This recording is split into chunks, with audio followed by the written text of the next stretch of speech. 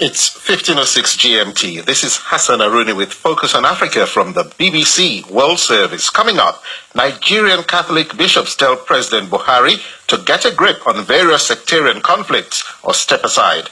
And as World Cup quarterfinals loom, African students talk about life in Russia. But first, Sierra Leone, where former leader Ernest Koroma is accused of presiding over an administration that was engaged in corruption and state plunder on a massive scale. The allegations are contained in a report by a transition team set up by the new president, Julius Maada Bio.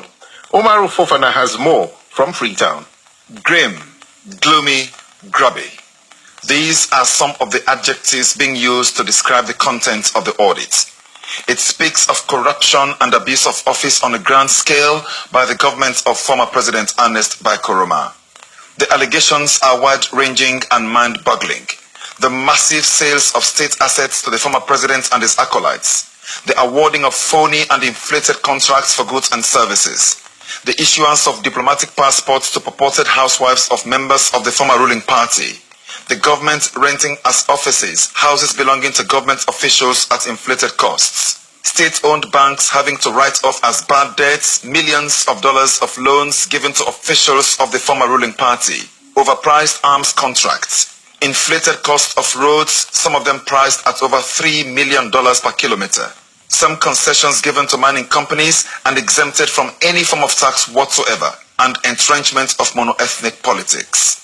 The report also says the government's own shares at the Sierra Ruta Mining Company were sold when the miner was making huge profits to the former president and his cousin who was heading the company, and they both made a profit of over $100 million. The head of the transition team and now Chief Minister, Professor David Francis, looked peeved as he addressed the press conference. He gave me his impressions of their findings. Sierra Leone was brought to near financial bankruptcy and the worst economic crisis since independence because of the activities, the poor governance of the former APC government.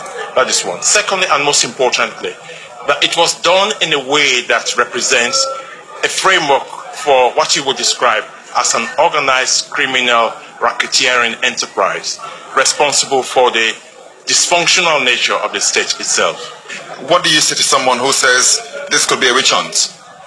Well, this is not about witch hunt. This is really to establish the basis for democratic accountability. We are recommending that a forensic audit be made through a special audit process to establish the key facts and a judge-led commission of inquiry, which will be independent and transparent. This is to ensure that this does not happen again in Sierra Leone.